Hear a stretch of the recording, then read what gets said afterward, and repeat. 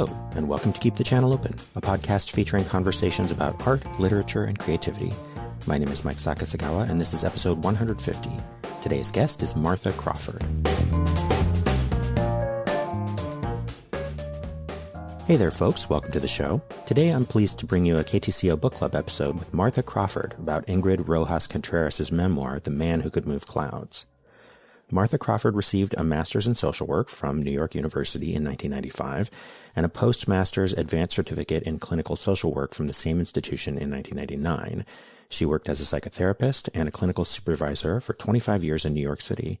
In 2019, Martha moved to Santa Fe, New Mexico, and now works primarily as a mentor, teacher, writer, spiritual director, and as a group and workshop facilitator. She runs two large public dream collections, the 45 Dreams Project, collecting dreams of Donald Trump, and the Climate Dreams Project. She has had her work featured in several national publications and platforms, including NPR, The New Yorker, Time Magazine, New York Magazine, and others.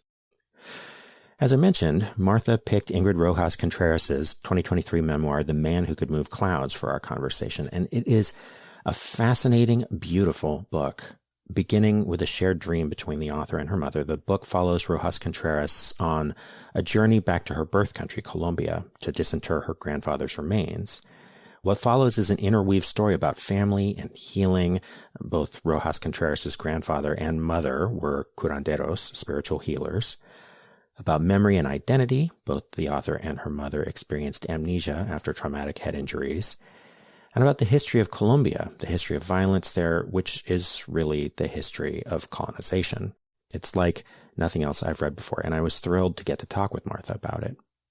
Before we get started, a few things to note. First, as always, there are links in the show notes to purchase your own copies of The Man Who Could Move Clouds.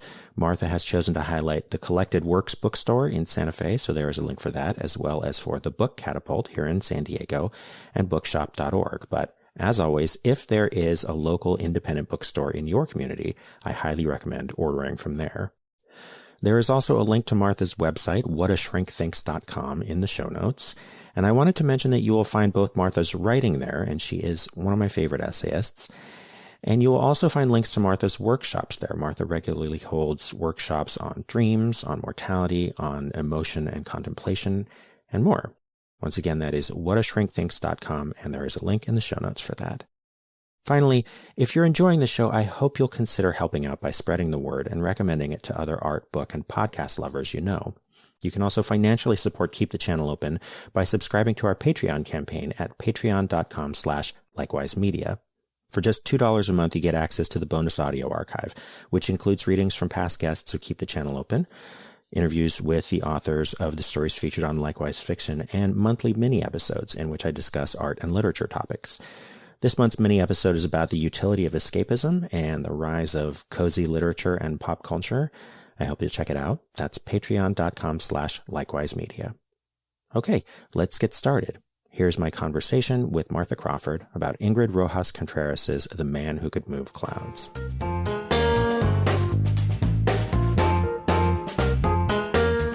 So thank you so much for bringing this book to my radar. I had, I think, heard of it before, but it wasn't something, I'm not sure I would have gotten around to reading it, or at least not so soon. Mm-hmm. This was one of several books that you had sort of mentioned as possibilities for us to talk about. And I'm curious what it was that sort of brought this to the top of your mind.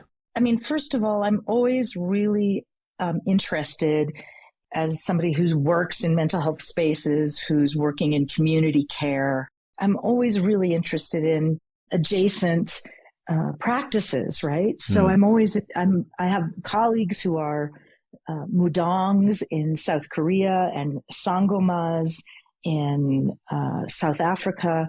And, I live in New Mexico. So we have many cuandras here, and certainly with our medicine people associated with the various pueblos.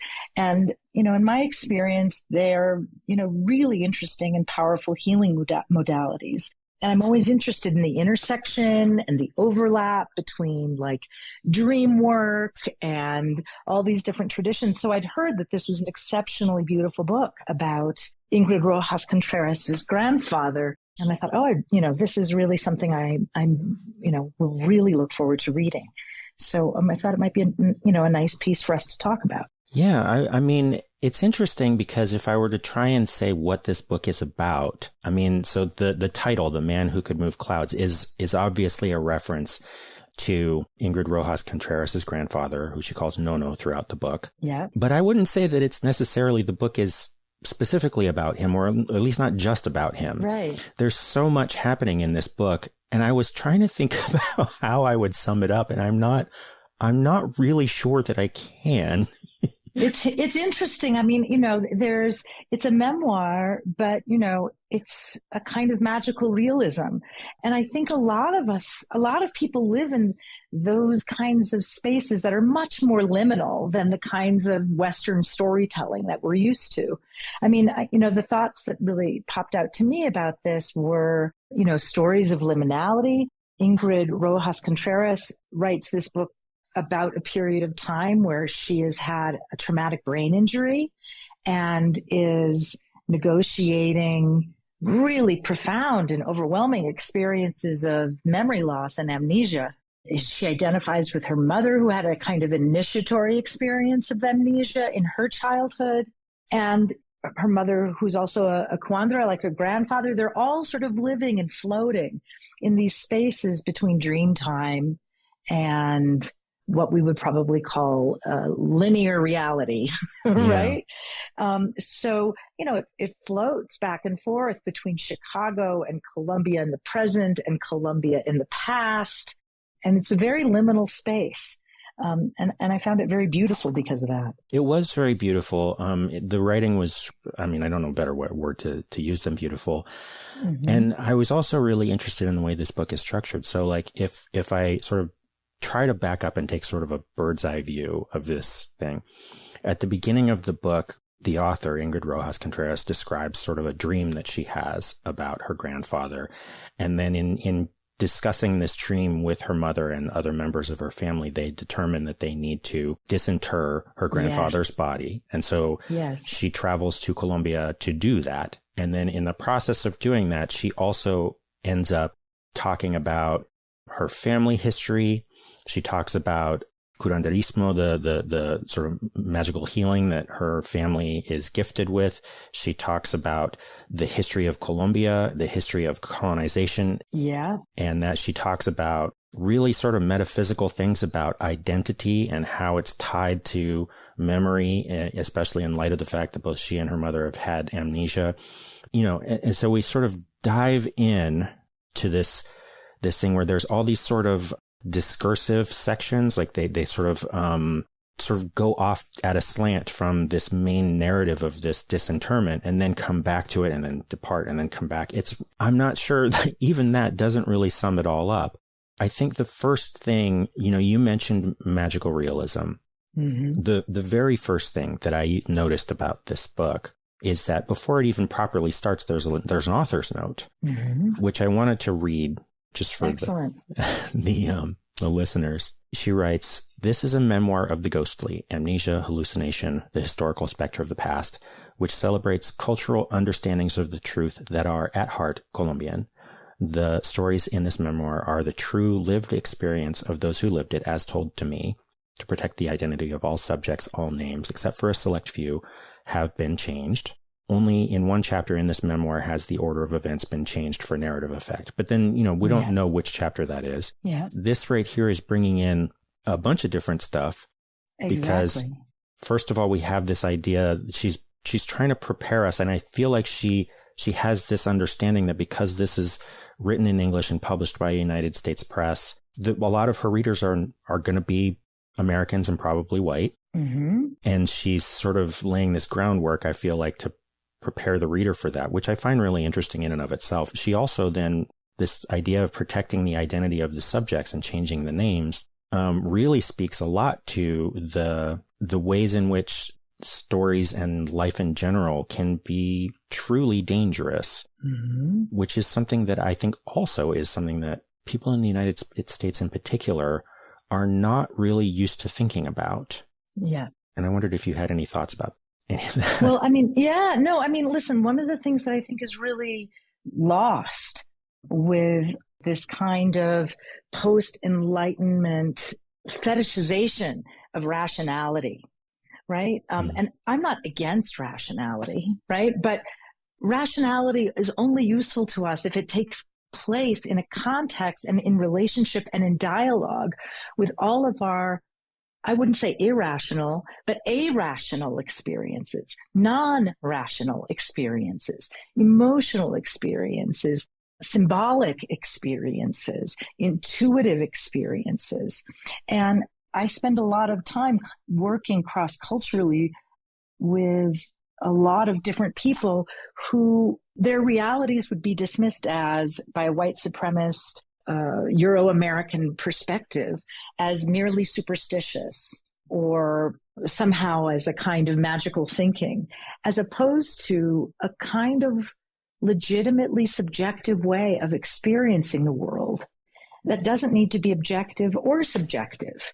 It's literally like living through the experience.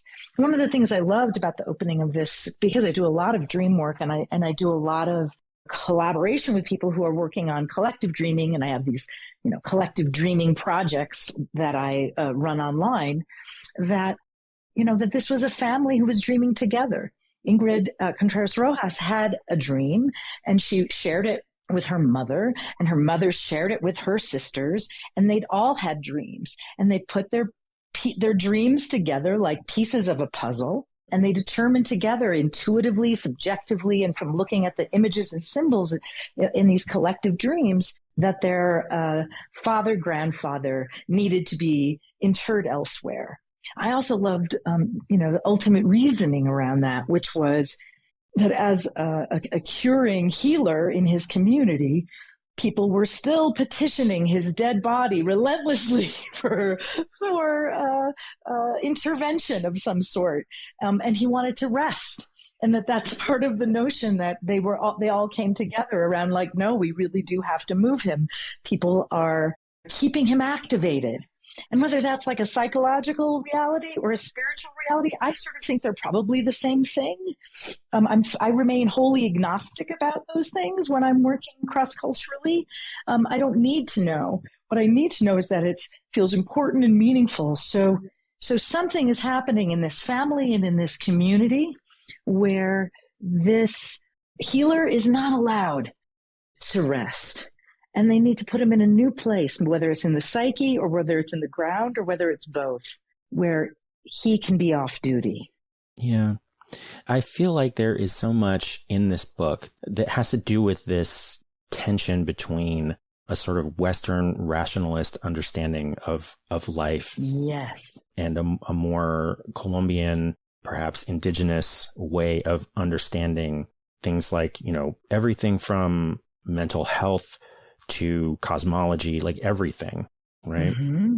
And this presents in a bunch of different ways. I mean, we have this author's note that is very clearly, again, trying to position the story to try and have it be received in a certain way. And I do sort of wonder, how effective that is for people who aren't necessarily open to that way of thinking. Yeah.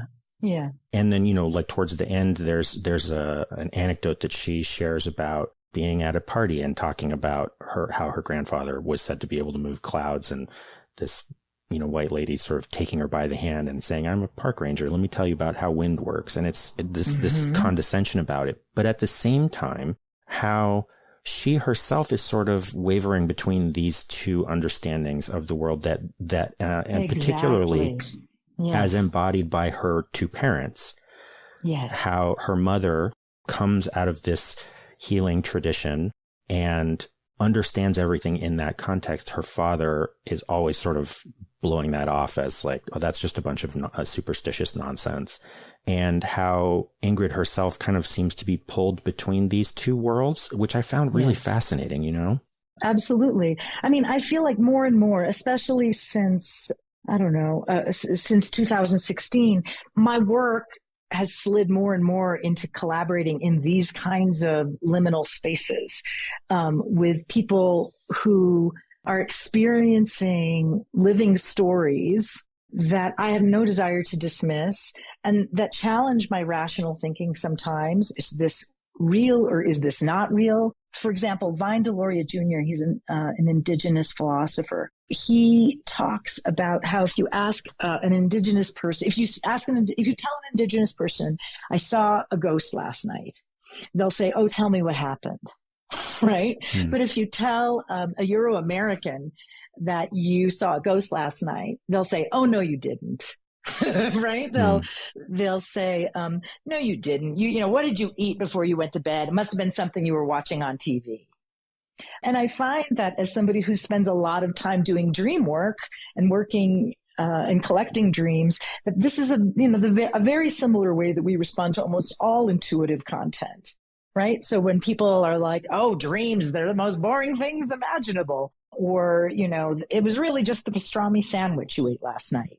So, this idea that we can suspend judgment for a moment, right? That we can sit and look and contemplate the meanings, the experience, the vision, the emotion, the meaning in such experiences has been very lost and atrophied, I think, in the global north. And frankly, I think it's one of our big challenges. When I'm working cross-culturally, when I'm working with, nuns in Ethiopia, Ethiopian nuns, one of the things they'll say is, oh, this is a dream. This isn't a dream for therapy. This is a dream for my grandmother. Right? And we don't have any of that. We don't have any notion that there is a public function of dreams, a familial function of dreams, a community function of dreams. We don't even think there's a personal function in dreams.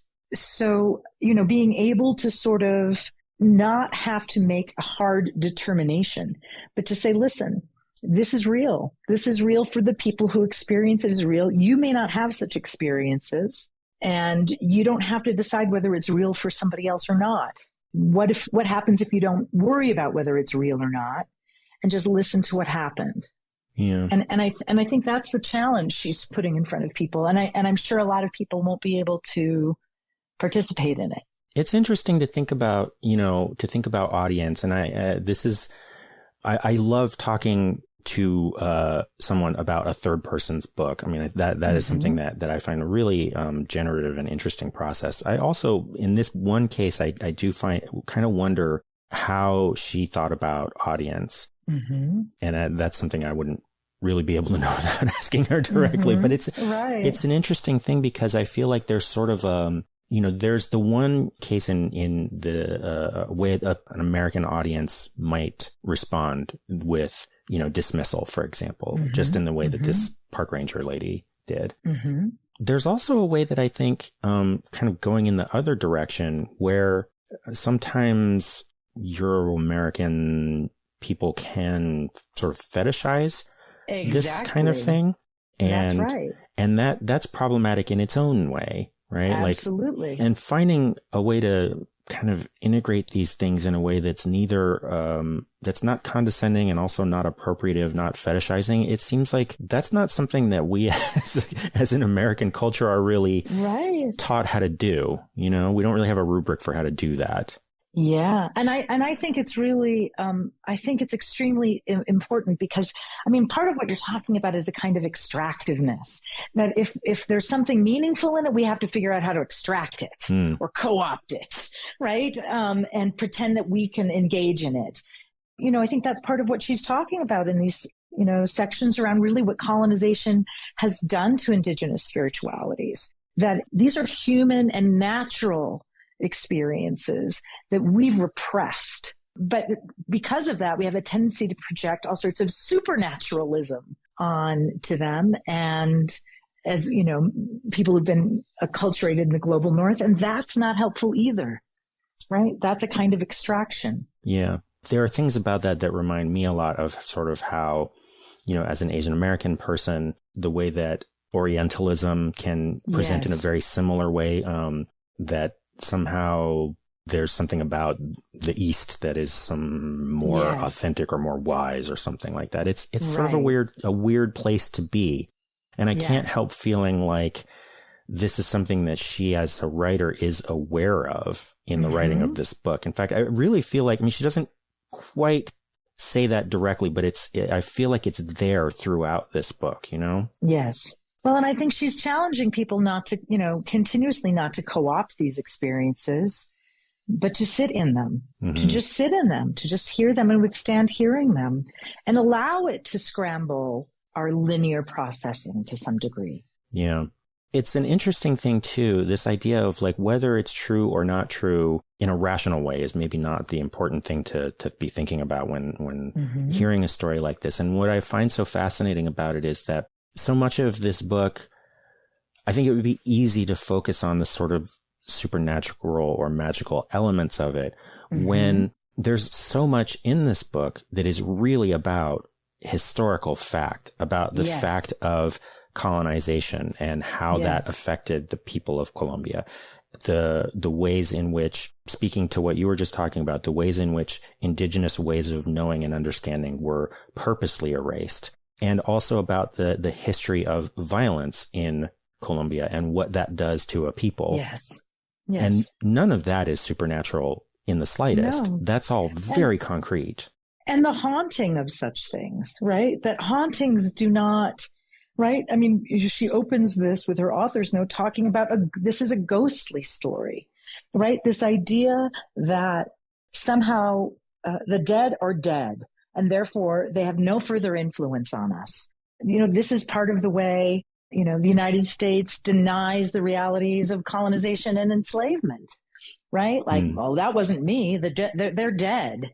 The enslavers are dead and the slaves are dead. And so we're done with all of that. And that, for most cultures in the world, is an absolutely insane idea.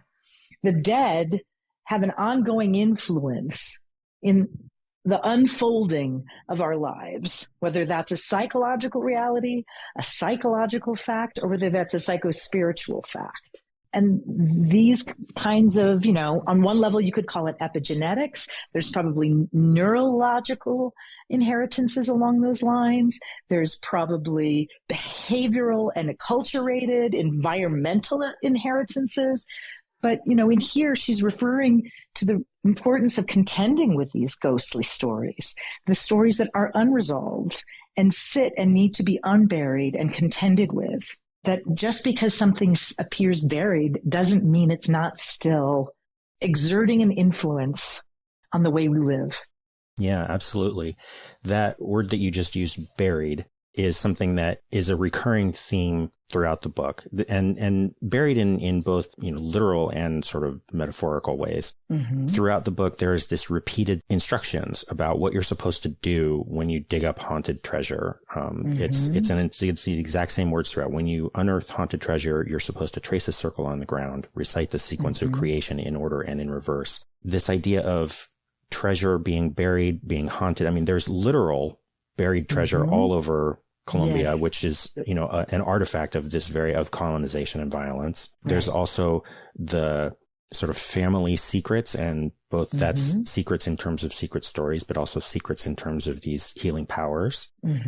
And we can see this book in some ways as being an unearthing, right? Especially because when, towards the beginning of the book, she talks about how when she revealed to her mother that she was writing this book, her mother yelled at her about it and I don't remember the exact thing that she said, but this idea that you're revealing this to people and this is not something that is for them, right, was really interesting. And there's something about this idea, like not just the unearthing of things, whether that's treasure or her grandfather's body or her family secrets or the secrets of the secret history, the repressed history of her country, but also of this sort of, I've heard this word pronounced two different ways, a patropaic ritual that you're supposed to do in order to ward off a curse when you're doing that, when you're doing the unearthing. And I kind of wonder how much that plays into how this book is made. You know what I mean? Yes, yes. Well, I mean, this story is written in circles, right? And that the circles of this story are written from the beginning to the end and the end to the beginning. And, if you look at the cover of the book, it's circled, right? There's several rings. I did not even notice that. Oh, you're so right. Containing these stories, right? So, I mean, a few quotes pop out at me in response to what you're bringing up. One is this statement: a country that does not even believe in its own history cannot believe in ghosts. Mm-hmm. You know, that the problem, she says, another point, the mother says, the problem is stories that have not healed inside of me. That these stories, as we see, you know, the trauma is let loose by her head injury and it's uncontained, right? Mm-hmm. She's spilling out all over. She's waking up in the middle of the night with her partner being completely unrecognizable to her, screaming that there's a stranger in her bed, right? Like there is no containment. And it's almost as if these stories are an attempt to draw these circles around these stories and contain these experiences so these memories can come up and be contained and be expressed in safe and thoughtful and processed, integrative ways. There's one other thought that I wanted to share with you around that spoke out in this. So I think this is part of the encircling as well. I think it's the mother speaking about engaging in curative stories with clients, right, who are coming to her with trauma. She says, you have to speak in metaphors, in paradox, in symbolism. You have to tell a story that will allow the client to experience the truth without your ever having to name it. These metaphors, these stories, these symbols become their own containers. Right, for the trauma that comes up into the Kundera's office, into the consultation, and come out in an unprocessed, uncontained way. And part of the healer's work is to create a story that contains these events, right, and encircles it. So when something is unburied from the earth, when something is unburied from the psyche, one of the things they say often in psychotherapeutic training is that, therapists are not just supposed to go in there and take the lid off. You don't know what's behind a defense. You're never supposed to undermine somebody's protective mechanism without knowing why they need it and without knowing what you're going to replace it with.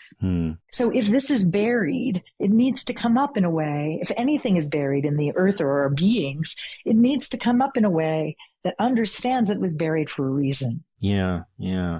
One of the reasons why I was so interested to talk to you about, obviously, like I invited you to talk about a book before I knew what book we were going to be talking about. But as I was reading this, one of the things that really was interesting to me to think about this conversation is the fact that you yourself are a person who works in mental health. And, you have in the past been sort of more of a sort of traditional therapist. And I know that over the past several years, you've become a bit more heterodox in your practice.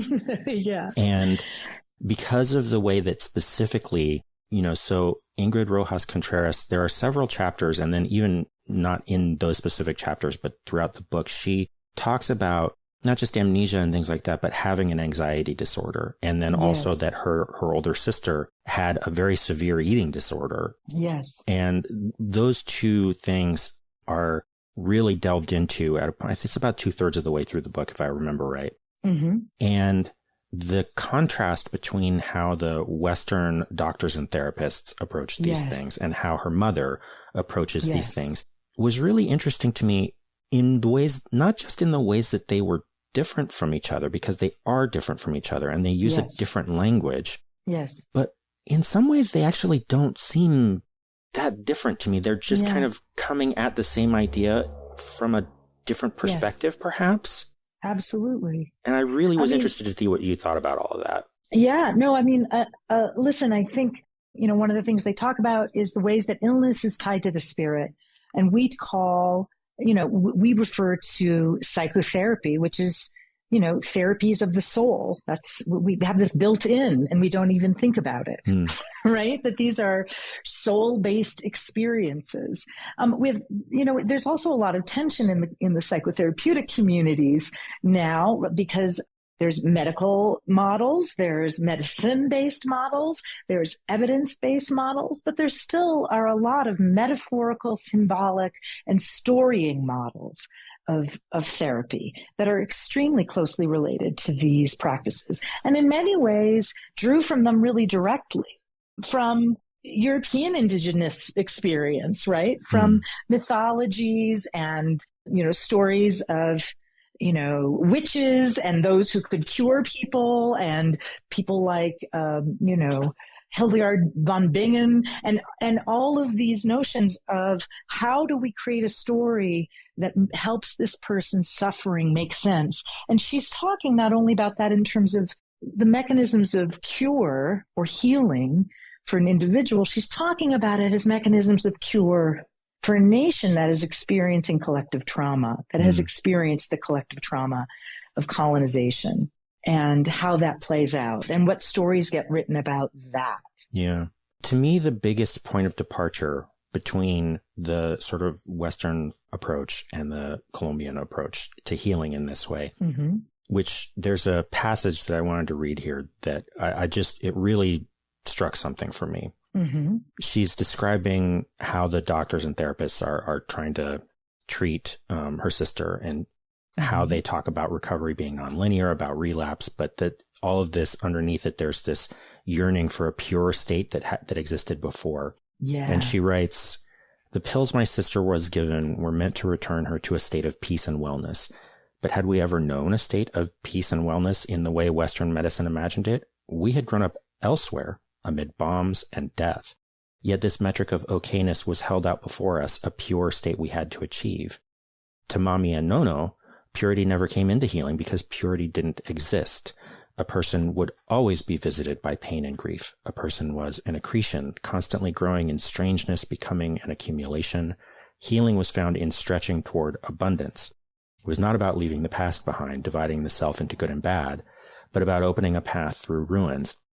And this is getting to something that, for me, you know, and I don't know like how much like I want to inject myself into the conversation, but, you know, I have seen therapists over the years many times, and for anxiety related things and depression related things. And one thing that has always struck me, and honestly, one of the reasons why I often have difficulty talking to white therapists, especially white male therapists, is that I have always felt like most of the therapists that I've ever talked to have a way of sort of pathologizing these things and saying that anxiety or depression or these things are an illness, and that the way that you are thinking about the things you're anxious about, the things that you fear, that the thing that you're afraid of isn't real. And that it is a product of your pathologized mind. Whereas I feel like what she's expressing here, that her mother and grandfather knew, and that many people in other places, and even people who are marginalized in this country know, is that danger is real for a lot of people. That's right. Yes. Absolutely. You know, so in 2016, as you know, I was diagnosed with unique cancer. That was mind-blowing in and of itself. Like, there was nobody else that had this cancer. That was crazy, right? Like anything, like how could this, that fell completely off the grid of my understanding of how the rational world worked, right? Like all of a sudden, all the schemas that I'd understood, and not even understood or accepted, but that had just been uploaded and operated as if it was in my hard drive, were that like diseases are known, they are named, they have certain prognoses, they are curable or they are not curable, or there is some median where they may or may not be. I had never even imagined there was a state of, that would be that had no data around it, that had no prognosis, no cohort, and no ability to predict what would happen next. So, you know, part of the reason I love this book so much is because in my own way, right, I was thrust into a really dramatic liminal state that I had to live in for a really long time.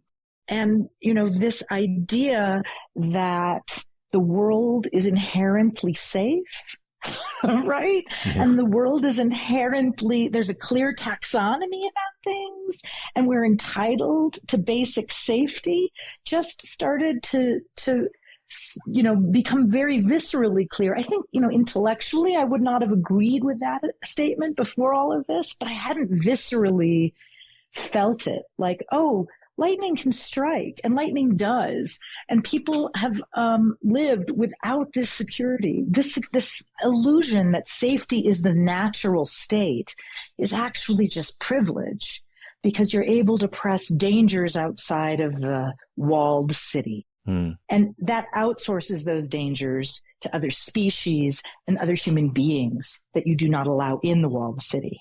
When I watch, now that I live in New Mexico, when I watch how safety operates in the urban wilderness interface, where we have bobcats and coyotes and mountain lions and bunnies and jackrabbits and everything. When I watch how it operates, safety is not a fixed state that any creature is allowed to just sit in for all eternity. Yeah. Right? It's a temporary state where you refuel yourself and then you return and activate your courage and activate your bravery and return to an unpredictable world. And I think that's extremely important in this, in the way she's telling these stories. I mean, one of the things she says at one point is to believe in ghosts is to know that remnants of past violence return. And I think in a lot of ways, that's what supremacist structures deny. Yeah. Right? There is no violence. We pressed it outside the door where we're immortal. We control our environment. We have everything neatly categorized. We can predict the cause and effect of most things. And it denies the fact that actually violence does return. And I don't know that we ever make it go away, right? When we've survived violent or traumatic experience, we can learn to live with it differently. It can disrupt us less, but I don't think it goes away. And I think that's the other part that is really different between this sort of medical model that we see the sisters dealing with in the United States and the folk healer model that they're dealing with from home, which is one assumes that you can make these things go away and one can be cured. Even if it's not linear, we can make it go away. Yeah. And I don't think that's the tradition that her family inherits in terms of what they think of as healing. Yeah. It's interesting to me, this, not including the epilogue, but the sort of last passage in the pre-epilogue book, the last passage of the last chapter. They have just completed this disinterment and cremated the remains of her grandfather and then scattered the ashes in a river. And this is, I think we're sort of pulled towards a sense of closure now, right? But where she ends this last chapter, her mother is finishing up a prayer and she asks her mother for a story. And this is what she looks at me and then says, "No peace lasts." Yeah. I think she will say more, but then she does not. I stare at the ceiling. It is the most perfect story that's ever been told. Yeah. And how at the end of this beautiful story, this beautiful, complex memoir, history, whatever, that because we are physically at the end of a book, we're in the last pages of a book. I think we're trained in this way to expect resolution. And she leaves us with this idea that that's just not a thing that happens. Yes. Which I think is such an important thing. I mean, not to say that rationalist or Western concepts of healing they don't have a place or a utility. I think they do. Right. I'm an engineer. I'm a very rationally minded person. But it has struck me for a while now, probably starting around in 2016 as well, that we read so much these days about how that there is this epidemic of mental health crises in this country, especially among young people, and that's looking at the world containing, rising fascism, climate apocalypse, pandemic, that this is where reason has gotten us. Right. But also that our existing sort of mental health infrastructure, and not just the infrastructure, but the models, paradigms, the schemas, exactly, are really unequipped to handle that, you know? And I think that's deeply true. And, I think one of the reasons is, one of my favorite psychoanalysts, a Black woman named Beverly Stout, says psychoanalysis has a white mind. And psychoanalysis became the foundation for all of the models that we use now, whether, they're psychiatric models or whether they're evidence-based models. They're still derivative of these psychoanalyses, which were created primarily by, white men with a lot of subsidy who saw their patients as having irrational experiences and really believed that making space for the unconscious, and understanding that we had an unconscious life was going to be somehow helpful in helping people live more rationally. And I think there's some interesting, powerful realities about that. But I also think that rationality is best, like objectivity is best partnered with subjectivity. And somehow we've made these enemies in terms of our cognition and our ways of knowing, that knowledge has to be objective or subjective. And I think the best knowledges are incorporate both and have some dialogue going back and forth between these two spaces.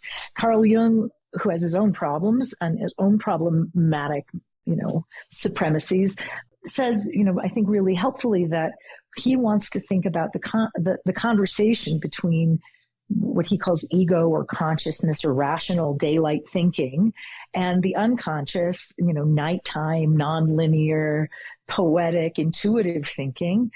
He wants there to be an ongoing dialogue between these states that he compares to a conversation between two people who deeply respect each other and who will never agree. And that that dialogue needs to be in place.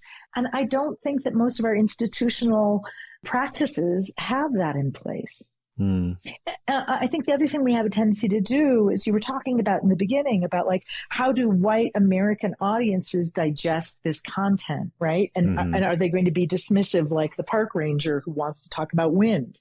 The goal here, I think, is to help understand that there are reasonable schemas and there are emotional, subjective, intuitional schemas.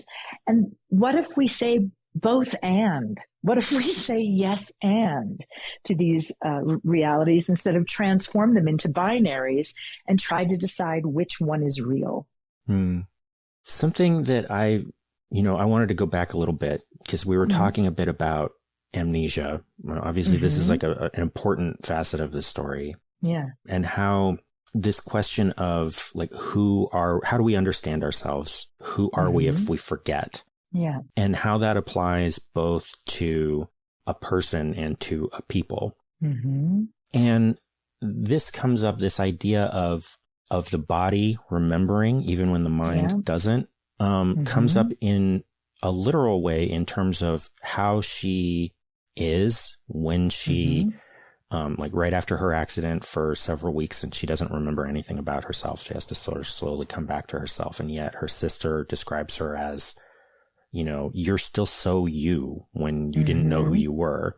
The ways in which PTSD, for example, operates on a personal level, but also how this operates on a societal level of how a country like Colombia, even though their history has been very purposely tried to be erased, that there are still ways in which that persists. Yes. Which I find really interesting in a number of ways, but also insofar as like the ways that these things live on in us is an inheritance of a sort, which is also a theme that runs through the book, and how, at least in the way that this book approaches it, that it's kind of impossible to separate the self from the family and the self from the society. Yes.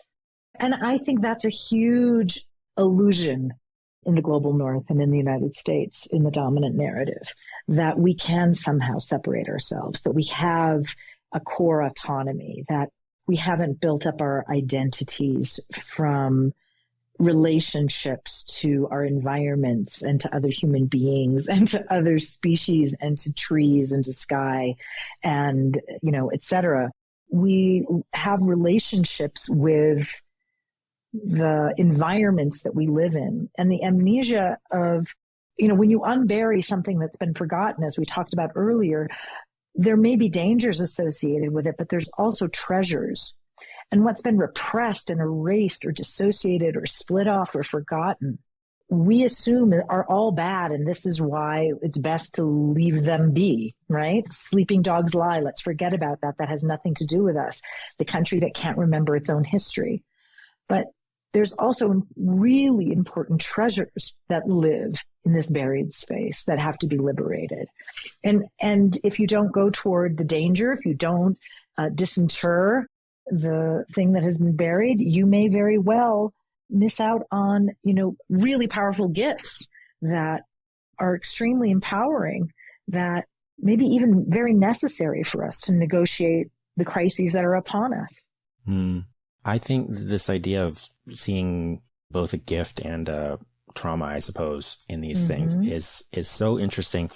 And particularly how she describes her experience of amnesia, how, just like you mentioned before, that even, presumably to this day, she will sometimes wake up and not know where she is or who she is or who the man next to her is. And that's terrifying, that's the kind of story that I've always sort of heard about amnesia, that it is a scary experience, not knowing any of these things, but that also that she describes, particularly in the initial phase for this, I think 6 or 8 weeks after her accident, that it was exciting and that there was a bliss to it as well. Yeah. And that even after that fades, that she talks about that having had the opportunity to know what it's like to not know who she is, to know what that sort of negative space looks like. Yeah. I found that really fascinating. Yes. Well, I really appreciated that, partly because, when I received this intense diagnosis, it was really like, wow, who am I going to be at the end of this? I have no idea. Like, everything I understood about who I am and what I was likely to have to negotiate in this world was completely upended, right? And really sitting with a place where, okay, everything that I've known or assumed about life or medicine or what's possible or what's impossible or what's likely or what's not likely, like all of that has disappeared. And there was something absolutely terrifying about it, but there was something absolutely freeing about it, because it meant this was not the only way to live. This was not the only way to experience life.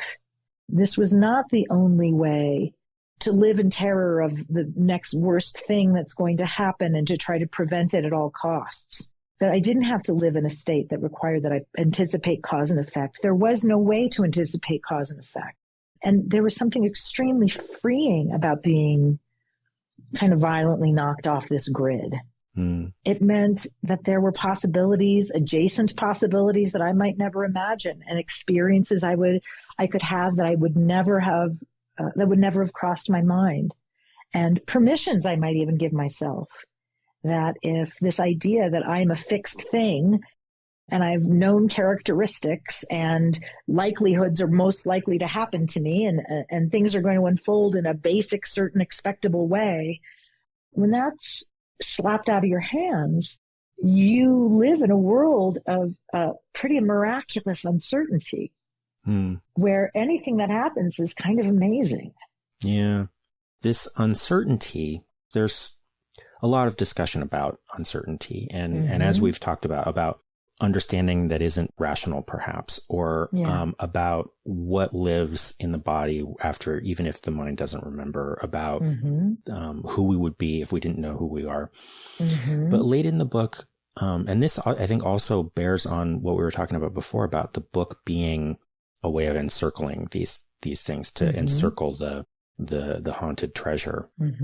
But late in the book, she has this passage where she talks about it being useful to look at the negative space, to see what lives in us, even when we can't name it, and ask what survives. But also that, so she says, nothing is ever gone. Everything we think we have lost is still here, only as dust in the air we breathe. Our problem has always been that we cannot read dust.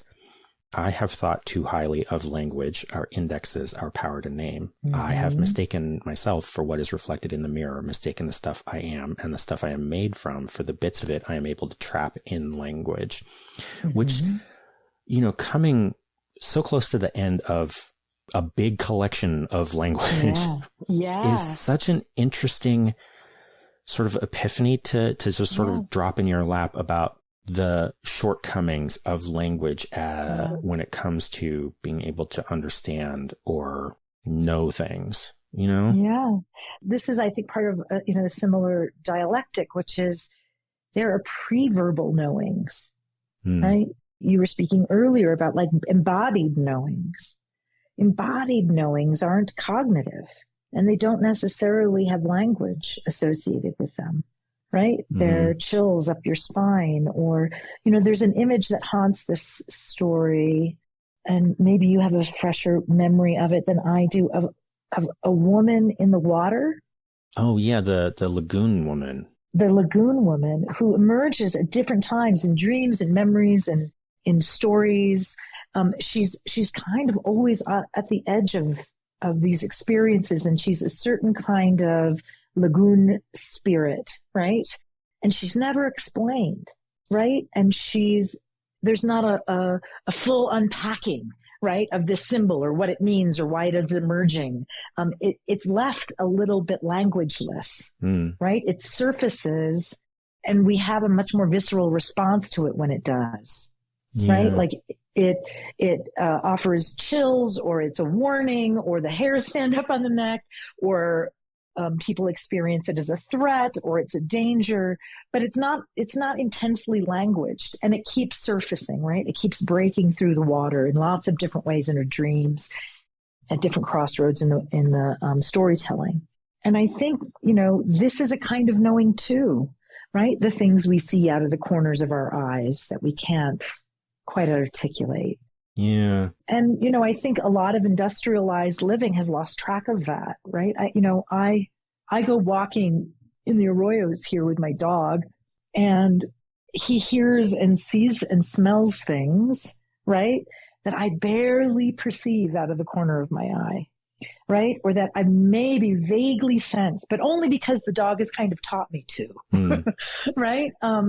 Of like these kinds of peripheral knowings. Like suddenly we'll be walking down a path and the dog will be like, nope. Like I'm not going, we're not going that way. We're turning around. And I'm like, I'm going to listen to that dog, because I can scan the horizon and look at the data and go like, no, this arroyo path is perfectly clear. But the dog is like, no, it is not. And there's a very different kind of knowing that isn't a linguistic kind of knowing. The dog knows. He doesn't have words. He's not going to say like, there's a coyote at 4:00, right? Like he knows. And I try to scan the horizon and go like, I don't see any predators here. This must be okay, right? And his, nonverbal knowing is as legitimate and is in many ways more accurate. Yeah. In certain contexts. So these kinds of embodied knowings are often wordless and often need to stay wordless.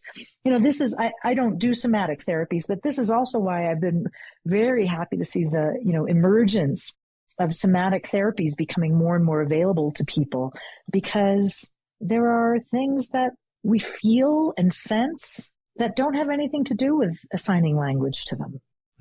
That are legitimate and important in and of themselves. So I'm wondering now, like we're getting close to the end here, but I'm just wondering if there's anything that we haven't talked about the book that you wanted to bring up. Let me think. I think I appreciated the resistance in the book to telling the story to colonizers who could colonize it. And, and I felt really conscious of that in terms of reading it and talking about it, right? Yeah. That I think that there's a way to understand by looking at adjacent cultures and communities around, be outside of the global north and sub-communities within our United States that don't become answers for us, right? That don't become answers for the colonizers to co-opt, but do show us something really important about what we have let atrophy, that we call things like old wives' tales, or that we, dismiss as kitchen medicine, or that we have let drop, and that we have actively repressed and destroyed in other cultures.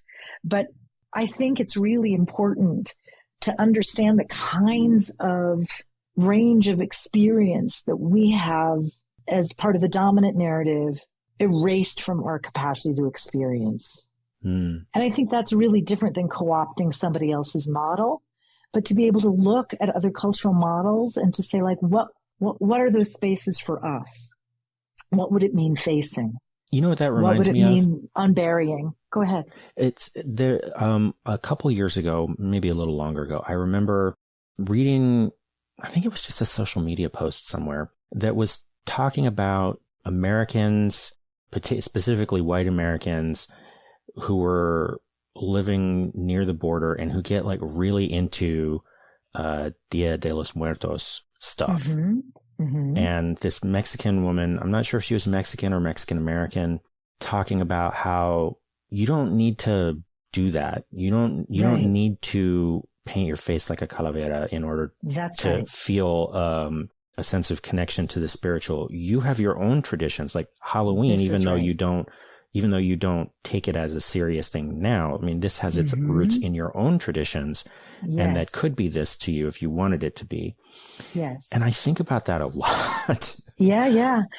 You know, so one of the things I talk about a lot in the mortality workshop that I facilitate is, again, you know, the practitioners and healers and medicine people that I've talked to from other traditions have often said to me that the thing that they think is the most bizarre about Americans is that we think our dead are dead, that we think our dead have no influence on our lives. And, you know, that felt like a really important sentence to me. And I began to really investigate, like, you know, where are these spaces? And they exist all over in ways that you'd be really surprised about. I mean, one, you know, the Nicene Creed, which is recited in every single, you know, practically every single Christian church, that says, I believe in the communion of saints, the forgiveness of sins. The communion of saints isn't the saints. It includes your personal dead. You're allowed, under the construct of the communion of saints, you're encouraged to speak to your beloved dead and have an ongoing psychological relationship with them and allow that to unfold. And, you know, the kinds of grief and loss that you feel for somebody who has died at one age in your life may mean something very, very different to you when you reach the age that they passed, or when you hit a milestone like a child being born, or, you know, these relationships with people who have been central to us evolve over time, whether that person is there or not, whether you think of that as a spiritual reality or a psychological reality, I'm indifferent to, but it's a psychological fact either way. And, you know, one of the other things that we talk about a lot in the psychotherapies and is this idea of object constancy, which means being able to hang on to a secure representation of somebody, even in their absence. And we all experience this, parents particularly, when you drop your kindergartner off at, you know, school for the first time, right? Suddenly you're having a panic attack that you're not going to see your kid all day, and your kid may or may not be having a panic attack that they're not going to see you all day. And it's because object constancy hasn't been tested out yet, right? Like there's a fear that if the person is not with me, I won't be able to hang on to a secure representation of them. We work really hard in the psychological fields to help people develop object constancy, an ability to hold on to a rounded image of a good, bad, mixed up, humanly fallible and emotionally available relationship that they're not in the presence of. That's how we develop a sense of security. But we don't permit that around death and dying.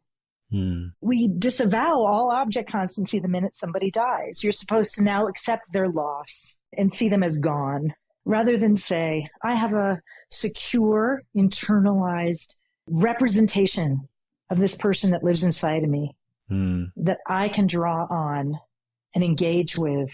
So, you know, this is one of the things I really loved about this book was this experience of, you know, just even another model of grieving, right? That allows those who are gone to be ongoing presences in our lives, psychologically or spiritually. I remain wholly agnostic about that.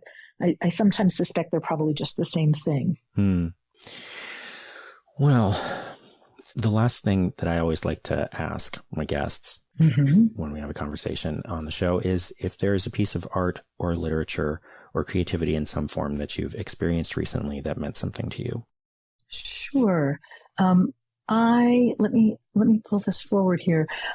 I've been sitting with poems and writings of Thomas Merton lately, who was a poet and then became a Benedictine monk, a silent monk, and did a lot of civil rights work against the Vietnam War and etc. And he had a very beautiful poem that I used last weekend for a contemplative exercise at a retreat I was facilitating. And so this poem, which I can read to you pretty quickly if you have time. Sure. I'm happy to share. So I've been sitting with this a lot lately. It's called The Door That Ends All Doors. Number 1, the door of emptiness, of nowhere, of no place for a self, which cannot be entered by a self, and therefore is of no use to someone who is going somewhere. Is it a door at all? The door of no door. Number 2, the door without sign, without indicator, without information, not particularized. Hence no one can say of it, this is it, this is the door. It is not recognizable as a door. It is not led up to by other things pointing to it. We are not it, but that is it, the door. No sign saying exit. No use looking for indications. Any door with a sign on it, any door that proclaims itself to be a door is not the door. But do not look for a sign saying not door or even no exit. 3rd, the door without wish, the undesired, the unplanned door, the door never expected, never wanted, not desirable as a door, not a joke, not a trap door, not select, not exclusive, not for few, not for many, not for, a door without aim, a door without end, does not respond to a key, so do not imagine you have a key. Do not have your hopes on possession of the key. Wow. So, I love this poem because it places me in this liminal state, right? Where, like a koan does.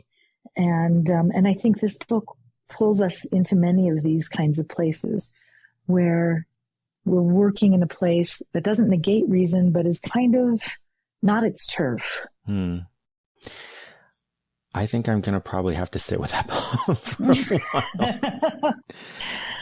Thank you so much for talking with me, Martha. I really enjoyed our conversation. Thank you, Michael. Okay, as I mentioned at the top of the show, there are links in the show notes to purchase your own copy of The Man Who Could Move Clouds. And if you enjoyed today's conversation, then I do highly recommend it. There is also a link to Martha's website where you will find her writings and information about her workshops and groups. Do check that out as well. And that is our show. Editing and mixing on this episode is by me, music is by Poddington Bear, and transcription help is by Shay Aguinaldo. If you enjoyed today's conversation, please consider supporting the show by making a pledge to our Patreon campaign at patreon.com/likewisemedia, or by leaving a review on Apple Podcasts or Podchaser. There are links in the show notes for that, and you can find all of the show's contact info, transcripts, and show notes on our website at keepthechannelopen.com. That's all for now. We'll be back with a new episode soon, so do be sure to come back for that. And until then, remember, keep the channel open.